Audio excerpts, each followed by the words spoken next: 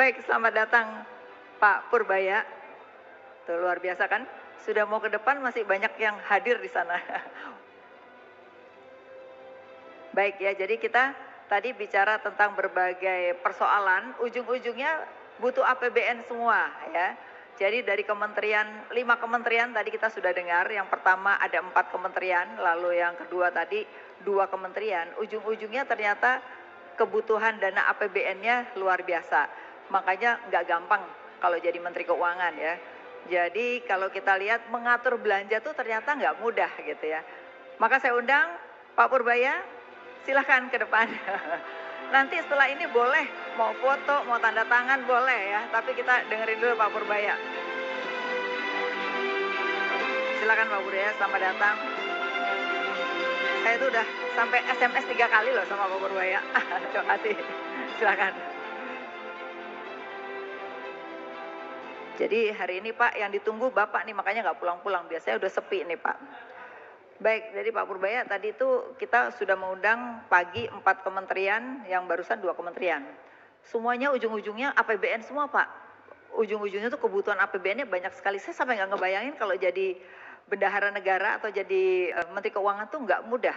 Karena semua program kampung nelayan butuh uang tadi Pak. Kemudian kesehatan tadi juga butuh uang gitu. Tapi kalau kita melihat tentu saja PR-nya banyak ya Pak. Tapi saya lihat terakhir-terakhir ini ada beberapa isu yang mungkin nanti perlu Bapak sampaikan. Satu adalah orang melihat Pak Purbaya ini sosok yang membuat orang ini nggak merasa dikejar-kejar pajak, itu jadi penting.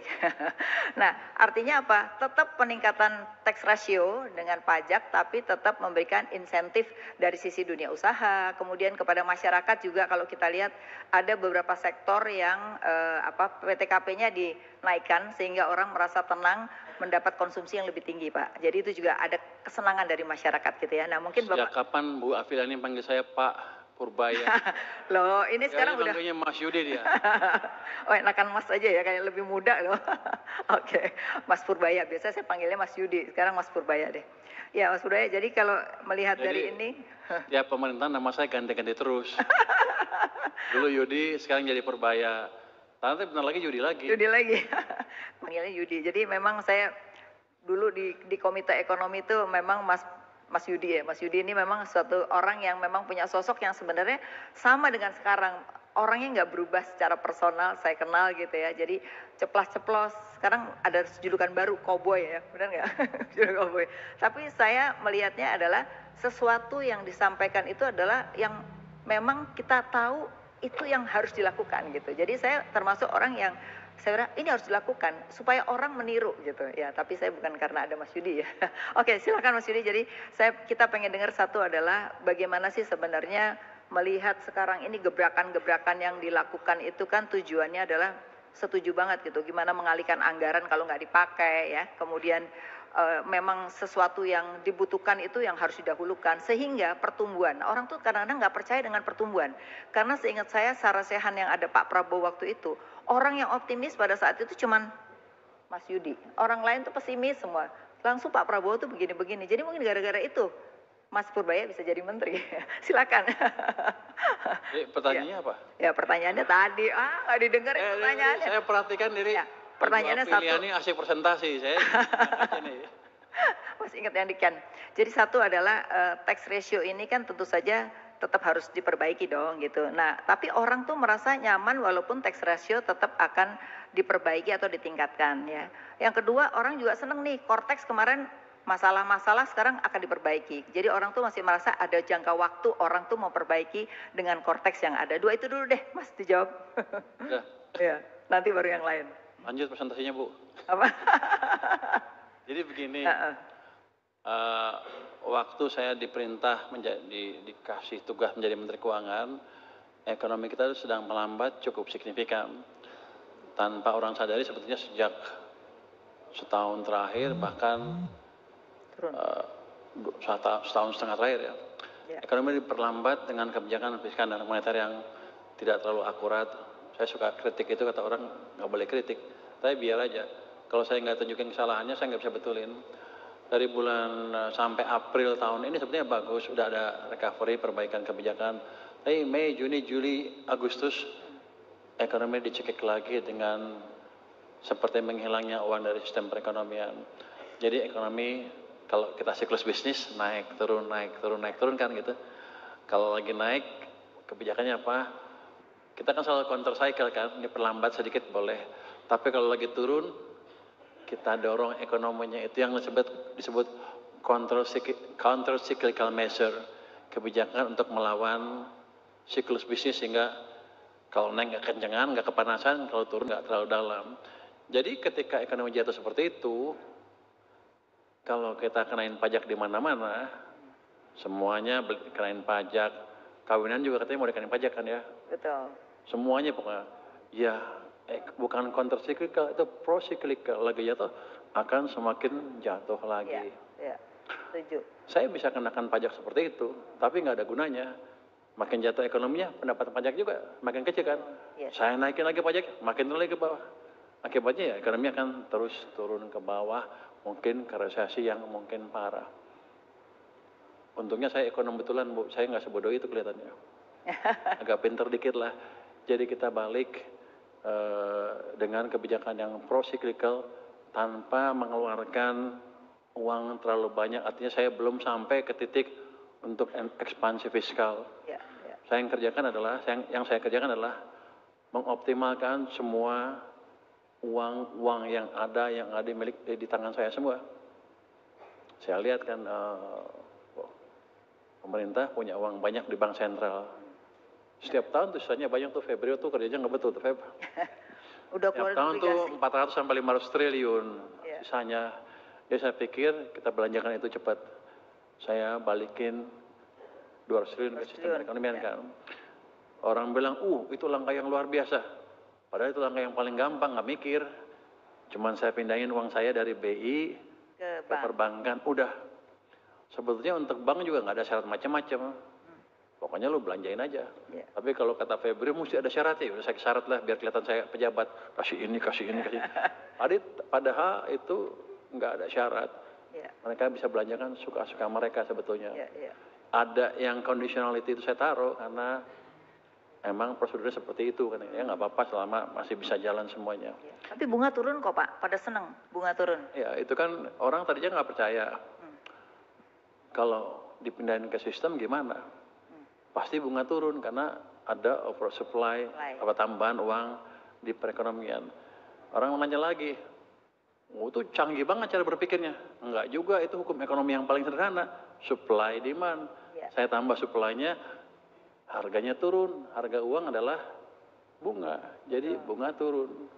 Kalau bunga turun semuanya biasanya bergerak ya, kita balik dari sederhana, semuanya biasanya gerak ya. Jadi itu yang saya kerjakan ya, tanpa macam-macam.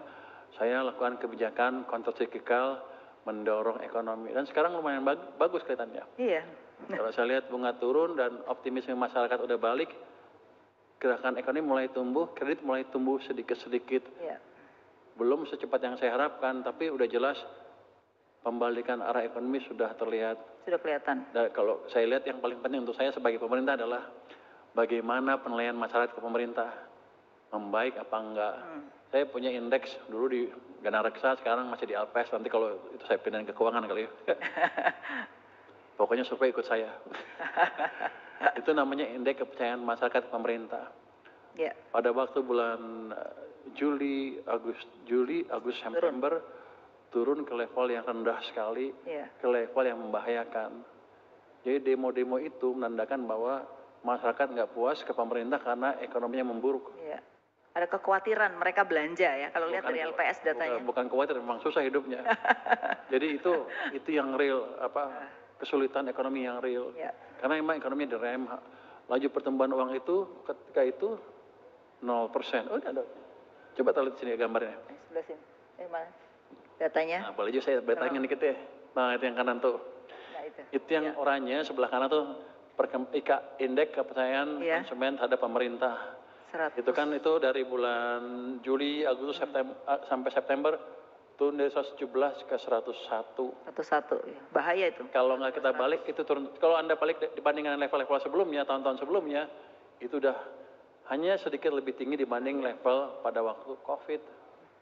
Padahal kita nggak ada bencana. Jadi emang masyarakat susah, dan kalau nggak kita balik, saya yakin Di bulan-bulan berikutnya demo akan makin luas, sampai kita tidak bisa mengendalikan keadaan.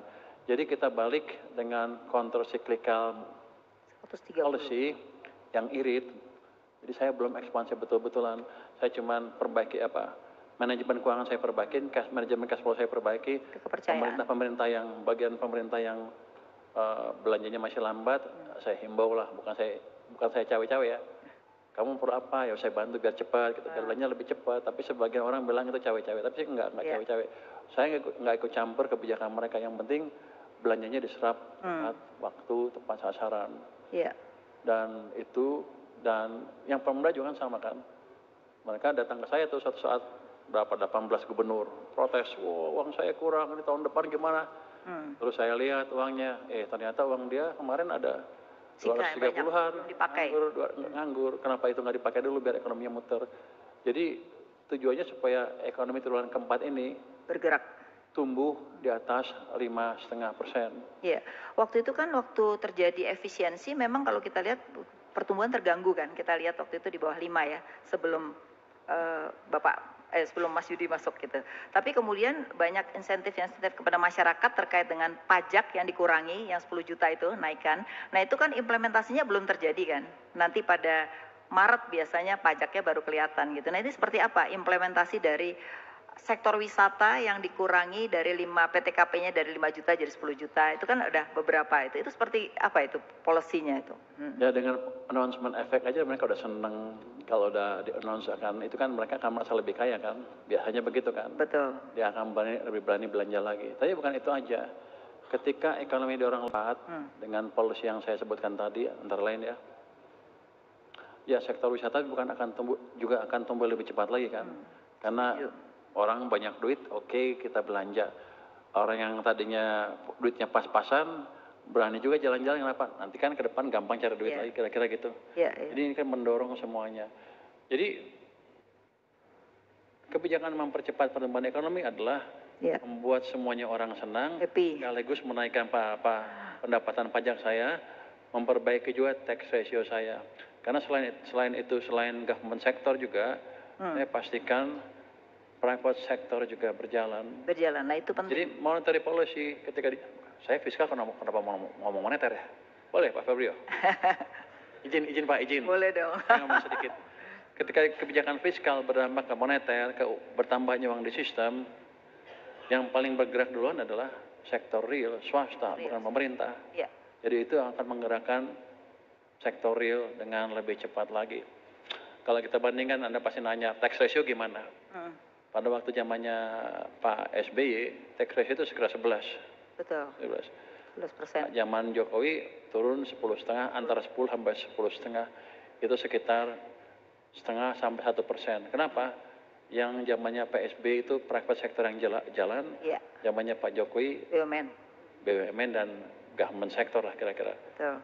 Kalau sekarang saya hidupkan lagi private sector, kan kira-kira tax ratio saya akan naik 0,5 sampai 1%. Dari sekarang 10 ya? Sekarang masih 10 kan? 10 sampai 11 sudah hampir di tangan. Itu income tambahan saya itu 120 sampai 240 triliun tanpa ngapa-ngapain. Jadi saya aktifkan sana untuk menaikkan pendapatan pajak saya. Oke. Nah kalau tadi melihat private sector kan akan menjadi satu hal yang diharapkan kan.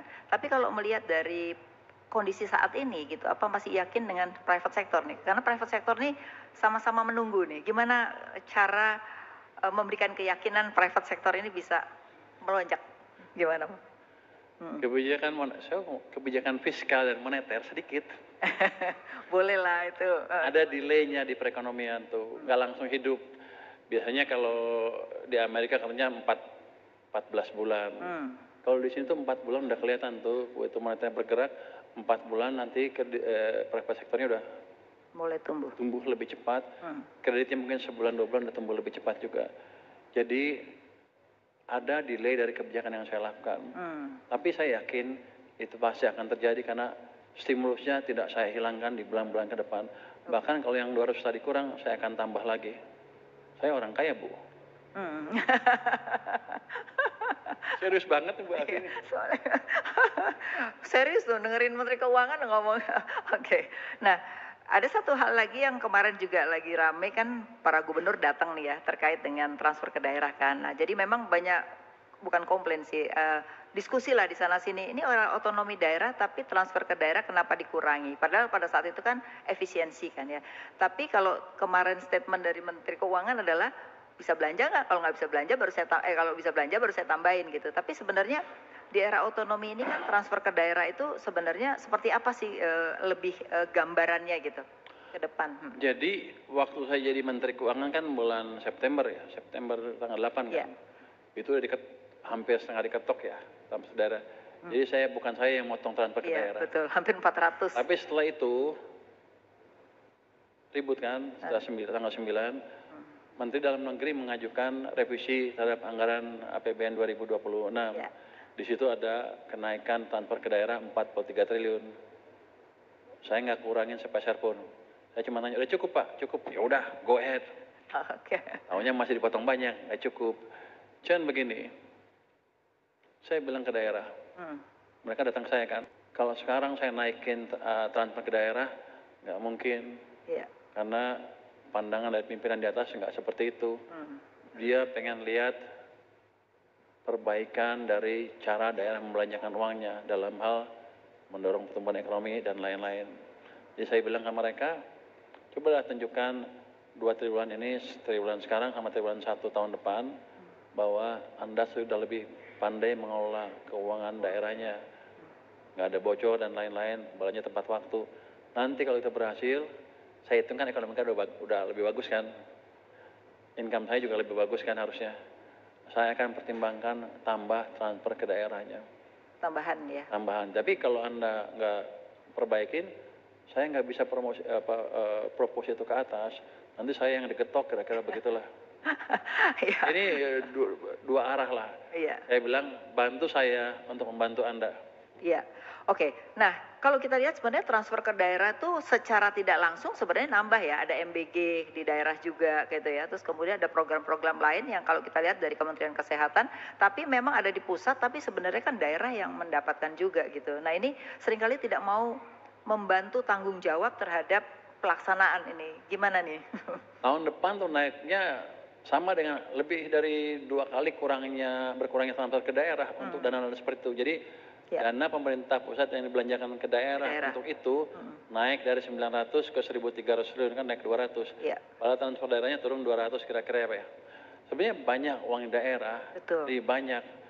Cuman kan begini, pemimpin daerah kan ingin juga memberi peran yang lebih signifikan ke pembangunan daerahnya. Mungkin mereka punya rencana sendiri yang nggak terlalu cocok dengan rencana pemerintah pusat.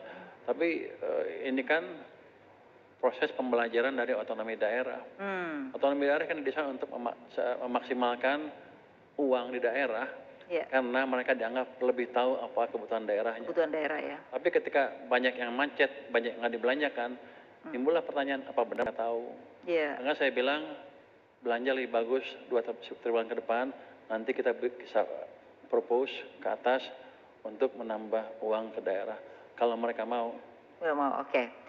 Oke, satu lagi yang juga menarik adalah mengenai hutang nih ya. Hutang kita itu kan makin tinggi ya.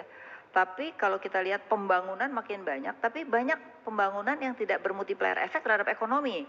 Jadi pembangunan infrastruktur besar-besaran, bahkan ada daerah yang mau mengembalikan infrastrukturnya ke pusat gara-gara setelah dia dapat dari pemerintah pusat dibangun infrastruktur, dia nggak bisa kuat, nggak bisa bayar maintenance-nya gitu. Nah ini kan terjadi di hampir banyak daerah gitu. Misalnya pelabuhan di mana-mana tapi nggak ada kapalnya gitu. Nah ini kan buang-buang udah utangnya banyak, nggak ada multiplier. Ini ke depan punya pandangan nggak? Karena ini menurut saya beban makin banyak tapi efeknya nggak ada. Anda bercerita zaman sekarang apa zamannya presiden sebelumnya? Enggak, kan bukan zaman sebelumnya, tapi kan supaya jangan kejadian ke depan, ya kan? Gimana caranya tuh? Karena beban utang kan tahun ini dan tahun lalu kan cukup besar untuk dibayar ya. Nah itu seperti apa juga sekalian? Waktu zaman sebelumnya kan pembangunan kan bukan di daerah loh, banyak di pusat kan oleh PU sebagai mesin pertumbuhan untuk infrastruktur kan utamanya itu. Mungkin itu yang terjadi, ada sebagian yang nggak pas. Kalau daerah yang membuat, selama dikontrol dengan baik harusnya nggak apa-apa. Betul. Jadi yang penting adalah nanti mereka buat apa, kita kontrol dari pusat seperti apa. Itu. Seperti kemarin ada pemerintah Kaltara bilang kami nggak punya jembatan, sehingga banyak penduduknya ke Malaysia dibanding ke Kalimantan Indonesianya. Ya. Udah kita bangun jembatan, 150 triliun ya, 150 triliun. Tapi yang bangun pusat. Ya. Jadi dia nggak ada beban tambahan di sana. Tapi nanti ke depan kan kayak tadi dia ngusulin kita bangun, dia ngusulin. Tapi pelan-pelan kan harusnya daerah membangun ekspertis sendiri dalam hal itu. Iya, iya. Tapi saya pikir sih kita nggak perlu balik ke sentralisasi lagi. Setuju. Tapi perbaiki jalannya desentralisasi yang ada. Dan untuk itu daerah harus lebih cerdas lagi membelanjakan uang anggarannya. Ya, oke. Nah, soal utang gimana nih? Kalau kita lihat utang 2 tahun ini cukup besar, apakah memang kita mau restro atau kita apa yang akan kita lakukan untuk bayar utang nih? Ini kan tiba-tiba jadi menteri langsung bayar utangnya gede banget gitu. Gimana? Kenapa Anda khawatir tentang utang? Ya, maksudnya bayar utang kan uangnya nggak cukup. Kata siapa? Kalau Anda belajar fiskal kan tahu rasio ukuran satu negara bisa bayar utang seperti apa? Bayar mau atau mampu. Jadi rating agency melihat kita dua, itu sebetulnya mau atau mampu. Dia akan memakai berbagai macam indikator macam-macam, tapi sebenarnya hanya dua itu. Satu apa? Defisit to GDP ratio ya, untuk tahunannya, sama debt to GDP ratio. Ya, masih aman itu. Kita lihat yang paling strict katanya di mana? Maastricht Treaty kan. Berapa defisit to GDP-nya? 3%. Debt to GDP ratio 60%.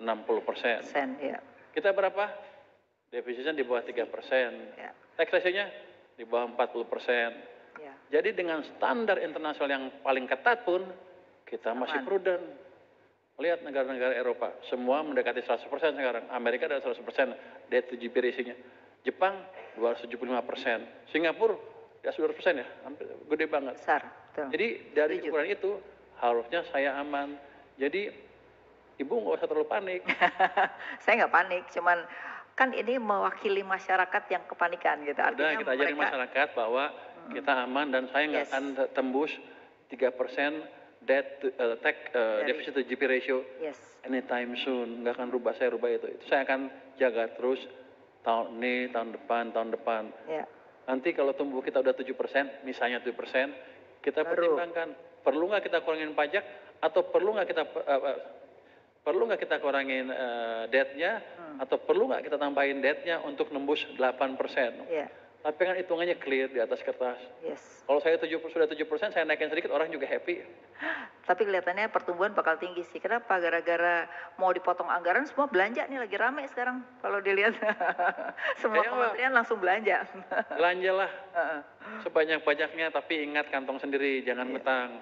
Artinya gini. Oke, Mas. Perlu untuk mendorong pertumbuhan ekonomi. Oke, baik. Di sini udah banyak yang pengen nanya, tadi udah banyak titipan gitu. Tapi nggak apa ya, kita dengerin yang tanya boleh ya? Boleh, oke.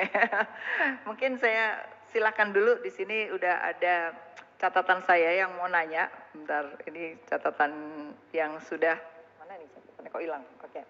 Yang pertama saya persilakan di sini dari pendiri Indef nih mau nanya, Prof Didin. Silakan, Prof Didin Damanhuri. Dari siapa? Profesor Didin Damanhuri. Nah, dari temennya itu ya, temennya orang tuanya Mas Purbaya. Ekonom senior Indef juga. Dari Bogor juga, Pak. Silakan Prof Didin. Ya, selamat dulu 2 bulan sudah jadi menteri yang paling populer, Pak ya. Terima kasih, Pak. Terima kasih. Ada 2 pertanyaan. Yang pertama tentang 200T itu. Laporan Kepala OJK mengatakan range alokasinya sudah sampai 30-70%. Tapi tidak dijelaskan alokasinya kelompok bisnis mana ini. Kalau apakah juga koperasi desa sebagian besar, ataukah kelompok bisnis besar. Kalau alokasi 200T ke kelompok bisnis besar memang bisa mendekati pertumbuhan tinggi. Tapi makin bisa memperburuk ketimpangan yang sudah buruk sekarang ini. Itu yang pertama. Yang kedua, Pak Purbaya sudah berhasil mengungkap katakanlah tanda petik mafia keuangan negara gitu ya. Bukan mafia sebenarnya. Wah, itu Anda yang bilang loh, saya nggak ikut. Sebelah Bapak tuh mafianya tuh. Mafia. Ada 258,6 itu dari deposito berjangka. Ada dari daerah 234. Pengemplang pajak 60M. 60T. Pertanyaan saya, mohon publik bisa dijelaskan peta jalannya untuk mencapai yang dijadikan Pak Purbaya akan menurunkan utang yang menurut CNBC yang kutip dari Bu Sri Mulyani terakhir itu sudah 10.350 triliun. Okay. Sudah 42%, Pak, bukan kurang dari 40%. Yang kedua adalah skenario mencapai 6% pada tahun 2006, 2007 7%, 2009 8%. 8%. Skenario-nya kayak apa gitu? Iya. Terima kasih Pak. Terima kasih. Ya, terima kasih Pak Didin. Kita dengar ada 3 dulu ya, nanti baru. Oh, 8% pakai doa. Yang kedua ada Pak Bursa Zarnubi, ada hadir? Tidak hadir? Oh, baik, kalau tidak ada. Rangga Cipta, Chief Ekonomis dari Mandiri Sekuritas. Ya pertanyaannya. Selamat siang Pak Menteri. Ada satu pertanyaan pada saya Pak. Tadi kan disebutkan memang salah satu usaha dari Kementerian Keuangan selain memberikan counter cyclical policy juga tax reform Pak ya. Dari Cortex dan di media kita tahu juga Kementerian Keuangan rajin untuk membersihkan misalkan rokok ilegal, lalu juga dan tadi ya masalah pengemplang pajak. Tapi salah satu concern Pak ya adalah bahwa terlepas itu ilegal atau tidak gitu ya. Secara teori yang namanya penyerapan pajak ini ada risiko mengurangi disposable income dari masyarakat Pak. Yang mana tadi kan agak berlawanan dengan semangat counter cyclical policy ya. Jadi pertanyaan saya apakah ada kebijakan tambahan misalkan relaksasi dari tingkat pajak ataupun misalkan relaksasi PTKP untuk bisa mengoffset tadi kenaikan istilahnya effective rate dari tax reform yang dilakukan oleh Kementerian Keuangan. Masih. Ya, terima kasih. Silakan dijawab dulu, nanti ada 2 lagi. Saya nggak dengar pertanyaannya, saya coba jawab deh. Jadi apa yang pertama tadi? Pak Didin. Alokasi kelompok alokasi yang 200 triliun seperti apa? Sebetulnya kita minta ke perbankan yang menerima dana itu, jangan Anda kasih ke konglomerat itu. Dan nggak boleh beli dolar. Karena kalau nggak rupiahnya akan diperlemah gitu ya. Tapi yang lain bebas sebetulnya. Jadi sebetulnya yang saya jalankan adalah memindahkan uang ke sana, harusnya saya nggak peduli apa-apa. Saya memakai expertise dari sistem perbankan untuk menyalurkan dana itu ke perekonomian tanpa intervensi saya sebetulnya, maunya begitu. Walaupun ada ngomong sedikit, tapi sebetulnya itu yang saya pakai. Ini harusnya kalau normal sistem perbankannya bagus, dia akan nyebar ke sistem perbankan pertama, kemudian ke kredit dan lain-lain. Itu akan menggerakkan perekonomian. Jadi teori yang saya pakai itu, sebetulnya saya nggak terlalu besar terhadap penggunaan dana itu. Seperti ada dana segar ke perbankan, jeder, dia nggak bisa naruh di bank sentral lagi, saya pesan ke bank sentral jangan diserap ya dana itu. Jadi uangnya kan sekarang di brankas mereka banyak. Kalau mereka taruh di brankas terus rugi. Dia bayar sama saya hampir 4%. Dia terpaksa menyalurkan uang itu mungkin pertama di interbank, di tempat lain, di kredit, akhirnya pasti kredit. Kredit pasti cari yang bagus-bagus. Ada proyek-proyek bagus, banknya terbatas, berebut, banknya ada banyak kan, berebut ke proyek yang terbatas itu. Bunga akan turun. Jadi saya ciptakan suruh mereka untuk berkompetisi di perekonomian supaya bunga pinjaman turun. Dan sekarang udah turun cukup ya. Bunga deposito juga turun sehingga orang yang punya uang banyak kayak Mbak Afi nih nggak sayang lagi naruh uangnya di bank. Gue belanjanya sekarang, atau bunganya lebih kecil. Nah, itu salah satu impact dari turunnya opportunity cost of money. Dan kita lihat tadi Bu Afi dia udah suka belanja lagi. Apa yang baru, sepatunya baru kali sekarang. Baru beli kemarin. Karena sekarang bunganya lebih sedikit kalau taruh di bank sentral. Jadi itu utamanya. Jadi kita nggak intervensi macam-macam. Mafia keuangan negara. Saya nggak terlalu ngerti itu Pak. Yang penting untuk saya adalah sekarang kalau Pemda, pemerintah pusat, kementerian punya anggaran, belanjakan sesuai dengan anggarannya. Nanti kalau penyelewengan biar aja BPK yang meriksa, itu kan bukan tugas saya. Adalah mereka ngabisin uang saya. Kalau enggak saya bayar bunga, uang yang nggak dipakai saya rugi besar. Kalau 400 triliun aja saya bayar bunganya kan 4 kali 6, 24 triliun. Cash. Yang saya harus bayar untuk uang yang kayak nggak saya pakai. Saya suka bercanda, kalau 24 triliun saya beliin kerupuk dapat banyak tuh. Terus 6%, 7%, 8% agak susah ya. Itu pakai doa, pakai ini effort. Cuma untuk 6% kelihatannya nggak terlalu susah. Karena kita pernah tumbuh 6% di zaman siapa? Di zaman Pak SBY, on average 6%. Pada waktu itu yang tumbuh, yang mendorong pertumbuhan adalah private sector. Ya. Karena monetary policy cukup longgar. Sekarang zamannya Pak Jokowi tumbuh 5%, yang gerak utamanya pemerintah. Sedangkan private sektornya cenderung berhenti. Anda lihat laju pertumbuhan kreditnya, zaman SBY itu 22%. Zaman Pak Jokowi cuma 7%. Karena pertumbuhan orangnya di sana 17%, di sini zaman Pak Jokowi tumbuhnya ya 7% on average, ada titik-titik di mana tumbuhnya 0. Kalau saya hidupkan mesin swastanya tahun ini ke depan, 6% kira-kira dapat. Bisa. Yang pemerintah, saya hidupkan juga mesin tambahan. Jadi nggak susah-susah amat. Belum lagi nanti kebijakan yang lain yang, ini ceteris paribus loh. Dengan kondisi seperti ini. Dengan sistem yang seperti ini, dengan pejabat-pejabat yang seperti sekarang, yang seperti itu ya, belum berubah lah behaviornya dibanding dulu. Kalau saya perbaiki iklim investasi gimana? Akan lebih cepat lagi. Kita udah bentuk, Menko Perekonomian membentuk Satgas Percepatan Program Pembangunan ya, program unggulan. Di situ ada Satgas Pokja ya, Pokja di bottlenecking, Pokja 2 ya itu namanya. Nanti itu akan menerima pengaduan dari seluruh pelaku bisnis di Indonesia yang punya masalah, dan kita akan gelar perkara setiap minggu. Kita pecahkan masalah di situ. Jadi saya harapkan nanti iklim investasi akan membaik dengan langsung memperbaiki kendala-kendala di bisnis yang real.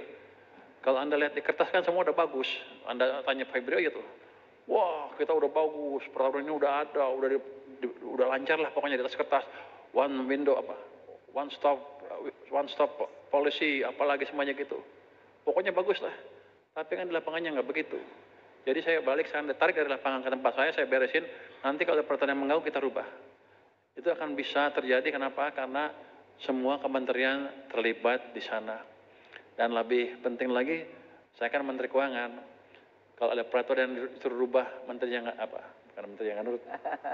Ada pejabat di kementerian itu yang mengganggu, ya, kan pasti jalan. Jadi ini bukan untuk saya atau bukan untuk yang lain, ini untuk ekonomi Indonesia. Saya udah bilang ke Pak Presiden waktu itu, Pak, boleh nggak saya bikin tim di bottlenecking? Apa kerjanya? Begini Pak, gini, yang saya ceritakan tadi. Ya udah jalankan katanya. Sampai sekarang disetujui, jadi sebelum nggak disetujui saya jalankan terus aja. Tapi bukan saya, itu dengan menteri-menteri, Menko Perekonomian dan menteri-menteri yang lain. Jadi saya nggak jalan sendiri, takut juga dimarahin orang. Kira-kira gitu. Tahun depan 2027 dengan perbaikan, ya saya dorong sedikit, saya bisa ngundang investor kan. 7% udah agak kelihatan. Kalau itu membaik, tahun depannya lagi kayaknya udah kekeker lah, 8% lah, bisa lah. Tapi tentunya semua mesin ekonomi mesti bergerak. Moneter, fiskal, private sector, investasi domestik dan foreign. Itu yang membuat nanti kita akan tumbuh lebih cepat lagi. Masih banyak jurus yang lain, ini baru sedikit dulu. Nanti kalau mau tahu Bapak bayar dulu sama saya kasih tahu. Oke, 2 lagi boleh ya? 2 lagi. Yang cortex ya? Apa? Oh, belum dijawab. Oh, belum jawab ya. Cortex, silakan. Jawab dulu. Ada 2 lagi yang mau nanya.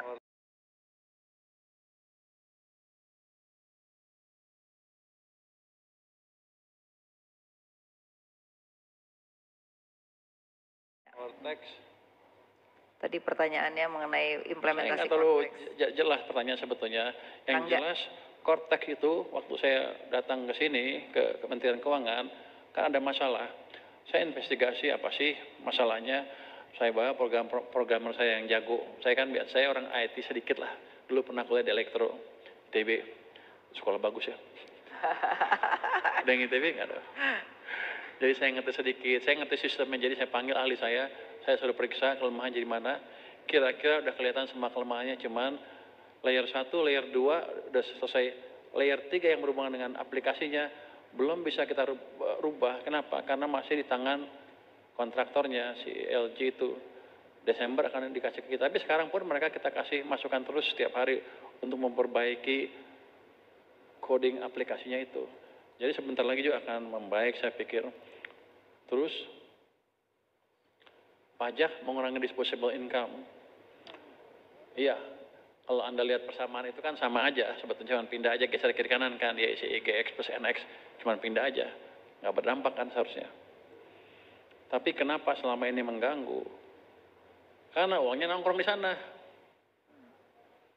Saya ambil pajak, taruh di bank sentral, di sistem kan kering.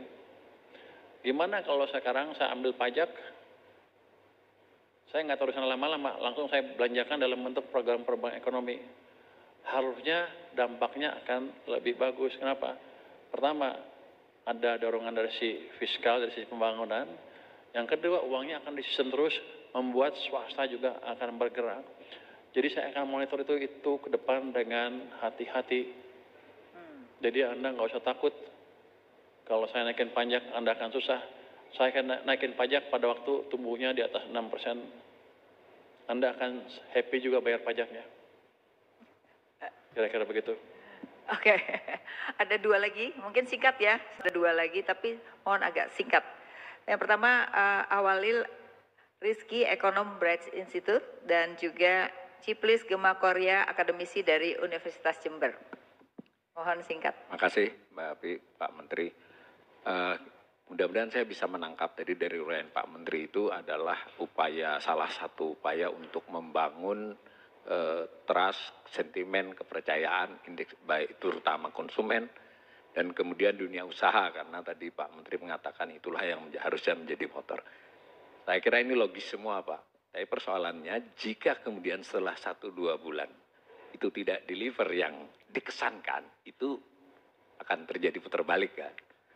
Saya percaya Pak Menteri mungkin bisa, tapi tetap mesti ada perhitungan itu. Karena itu ada persoalan kedua, bagaimana pengungkapan risiko terhadap hal-hal seperti itu dan secara keseluruhan APBN. Sejak tahun 2018 itu APBN kita itu ada, 2008 Pak, ada pengungkapan risiko. Paling bagus 22 sampai 26 ini 5 tahun ini, cukup komplit. Tetapi nyaris tidak pernah dikemukakan oleh Pak Kementerian Keuangan tentang hal itu. Jadi padahal pengungkapan risiko ini penting. Dari komite sebagus apapun yang dinyatakan Pak Menteri, pasti ada risikonya. Tentu kalau saya Menteri, saya juga akan mengungkapkan 70-80% optimis, ya. Ada 20% risikonya. Pertanyaannya apa Pak? Pertanyaannya apa? Saya komentarnya itu, kenapa pengungkapan risiko jarang diberikan oleh Kementerian Keuangan? Apa? Jadi risiko dari itu tadi kan banyak. Salah satunya utang loh Pak. Utang kalau saya melihatnya beda, bukan jumlah stoknya tapi debt service ratio-nya. Kita debt service ratio-nya 43%, itu tertinggi. Interest payment kita 19,5%, itu di atas best practices internasional. Okay. Itu contoh aja, bukan berarti benar atau salah. Oke, jadi sering diungkap hanya yang bagusnya, tapi resiko apa yang paling buruk bisa terjadi gitu. Silakan. Satu lagi sebentar. Tadi Komaria silakan, Ibu Ciplis Gema Korea. Singkat ya Bu. Baik, terima kasih Ibu Afi. Saya Ciplis Gema Korea, dosen Fakultas Ekonomi dan Bisnis Universitas Jember. Yang pertama Pak Purbaya, pertanyaan saya terkait dengan mekanisme burden sharing antara Bank Indonesia dengan Kementerian Keuangan. Bagaimana bentuk kebijakan terbaru atau real atau nyata dari bauran kebijakan fiskal dan moneter akhir-akhir ini? Yang pertama adalah terkait dengan dana 200 triliun ke Himbara Pak. Kemudian yang kedua adalah salah satu fasilitas dari Bank Indonesia adalah kebijakan likuiditas makroprudensial di mana terjadi penurunan fasilitas dari GWM, giro wajib minimum, dari 9% ke 4%. Artinya berarti itu akan menambah likuiditas di pasar, Pak. Sehingga bagaimana Bapak mengkomunikasikan kebijakan ini supaya pertumbuhan ekonomi terus tumbuh, kemudian inflasi dijaga, dan sedangkan exchange rate atau nilai tukar kita tetap terjaga, Pak. Itu yang pertama. Kemudian yang kedua adalah bagaimana pemerintahan saat ini yang Bapak pimpin itu dapat sebisanya mengintegrasikan prinsip ESG, Pak, Environment, Social, dan Government. Baik dari sisi perencanaan, pengawasan, dan pelaksanaan. Terima kasih, Bu Afi. Terima kasih, Bu. Silakan Pak, jadi mengungkap resikonya, karena orang tuh selalu khawatir dengan hutang walaupun rasio-rasionya masih kita aman. Gimana Mas Purbaya? Wah, terus terang saya agak bingung karena pertanyaannya nggak kedengeran. Suaranya pelan. Saya coba tebak-tebak sedikit. Jadi membangun trust, ya itu penting. Kalau Anda pernah baca buku Macroeconomic of Self-Fulfilling Prophecy, memang ada seperti itu. Ketika orang menganggap atau berharap memprediksi ekonominya bagus, bisnis akan ekspansi, konsumen juga akan belanja itu. Jadi saya umumkan waktu itu, bukan mau gaya-gayaan, saya taruh 200 triliun sebetulnya untuk membangun ekspektasi yang positif tadi. Tapi itu nggak ada gunanya kalau saya nggak langsung implementasikan. Makanya begitu ngomong, dalam 2 hari uang masuk ke sistem. Ini masih ekspektasi. Tapi ketika moneter sudah bergerak, impact yang mulai kelihatan ke sistem, itu real impact yang bisa menimbulkan optimism, sentimen positif di masyarakat dan di perekonomian. Dan ini sudah terjadi. Kalau enggak tadi yang kurva tadi enggak akan naik ke atas. Itu kira-kira. Jadi menciptakan optimism kalau ngomong doang juga enggak ada gunanya. Sebentar ada runtuh. Kalau saya kan enggak ngomong. Ada langkah lanjutan nanti yang sebagian belum dibuka. Kecuali Anda bayar sama saya. Coba Anda lihat IHSG. Kan waktu itu dibilang akan hancur. Orang pasar tuh pinter-pinter. Mereka akan menganalisa perkataan saya seperti apa, kebijakan saya seperti apa. Mereka akan implement dalam bentuk posisinya di portofolio. Memang di sini ada saham gorengan ada kan. Tapi yang fundamental kan banyak yang besar-besar. Makanya indeks bisa naik ke atas. So, kalau ditanya gimana indeks to the moon saya bilang. Itu menciptakan optimisme juga. Akhir tahun ini berapa? 9.000. 10 tahun lagi ke depan berapa? 32.000. Orang bilang saya bohong ngomong sembarangan. Tapi itu berdasarkan dari pengalaman 30 tahun, 20 tahun terakhir lah, 25 tahun terakhir. Dimulai awal siklus bisnis sampai di belakang, di akhir siklus bisnis, tumbuhnya itu sekitar 4 sampai 5 kali. Terjadi seperti itu terus. Jadi saya pikir behavioral system nggak berubah, kira-kira segitulah. Jadi saya tebak-tebak manggis, bukan bertapa, bukan. Itu hitungan ekonomi yang ada persamaan matematiknya. Jadi kalau orang di luar nanti suatu saat, jadi yang ingin saya ajarkan adalah seperti ini, yang saya ingin ajarkan ke publik bahwa ilmu ekonomi adalah ilmu yang menarik. Kalau Anda pelajari dengan baik, Anda bisa mencapai level yang tadi, yang tinggi sekali, yang seolah-olah mendekati dukun. Itu kira-kira. Terus risiko. Jadi saya kan di riset lama sekali. Saya pelajarin itu terus, selalu mathematical based, statistical based dengan data yang clear. Terus tentang risiko. Ya, utang kita besar. Tapi siapa yang nggak punya utang negara lain sekarang? Besar juga kan? Kita akan coba terus melihat mengacu kepada target acuan-acuan yang ketat dari ilmu fiskal yang ada di dunia. Dan sekarang kita termasuk yang paling disiplin, paling prudent. Dari situ pasti ada risiko yang lain. Tapi kan gini, kalau saya berhenti utang, terus ekonominya turun terus karena nggak bisa ngebangun yang berantakan, dan ekonominya marat-marit kayak 1998, murah mana? Saya terbitkan utang dalam jumlah yang terukur dan ciptakan pertumbuhan ekonomi sambil menghidupkan sektor swasta saya. Bukan saya, sektor swasta kita bersama. Karena lu kalau bilang saya terus emang punya lu.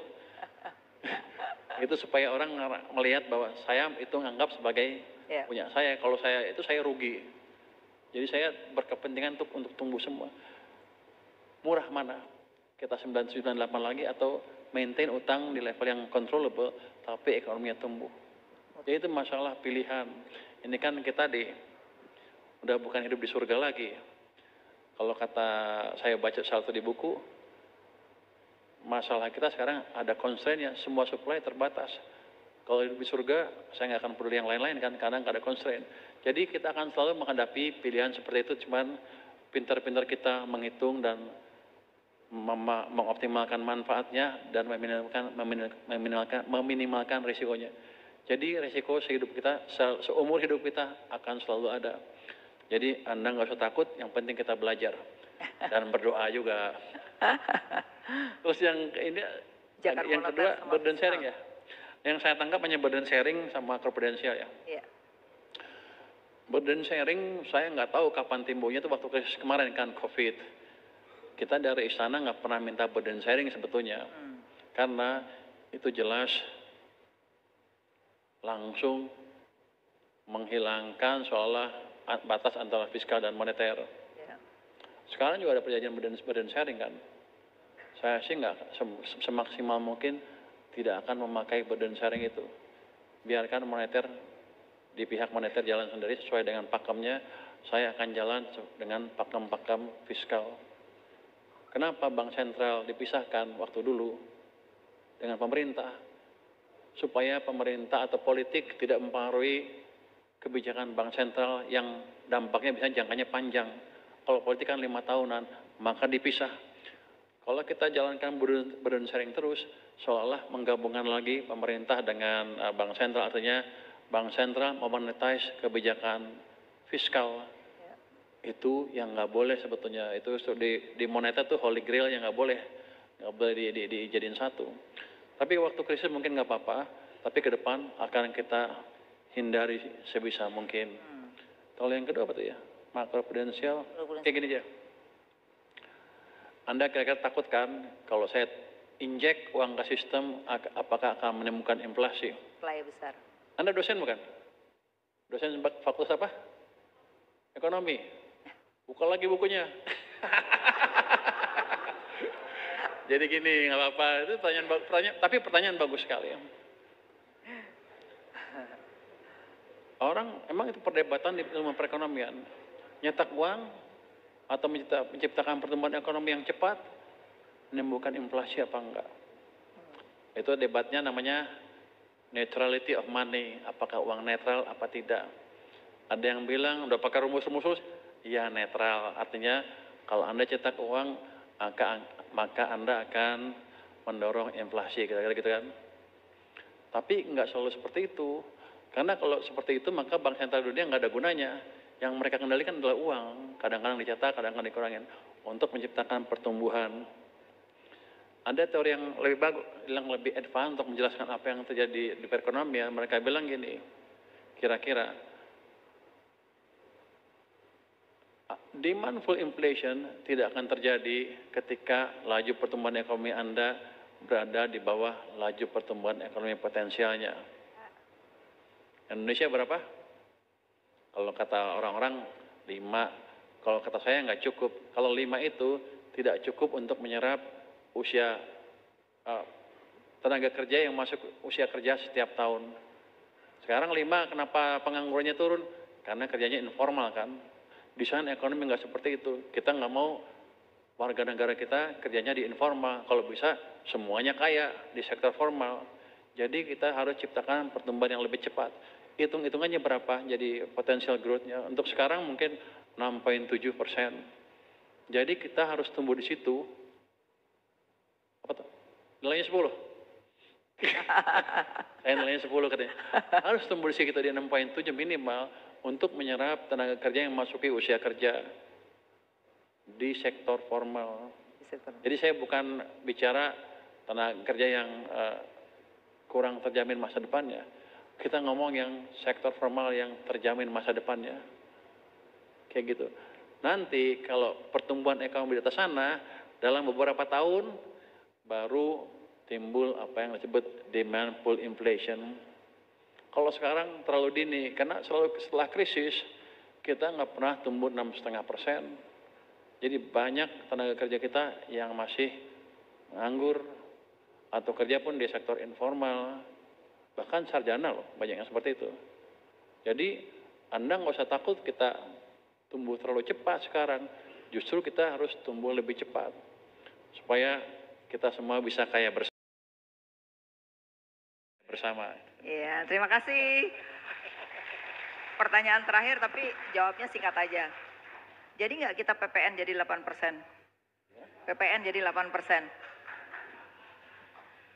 PPN. Kan ini udah banyak kajian, katanya bakal turun nih. Ibu Menteri Keuangan ya? Bantuin Menteri Keuangan.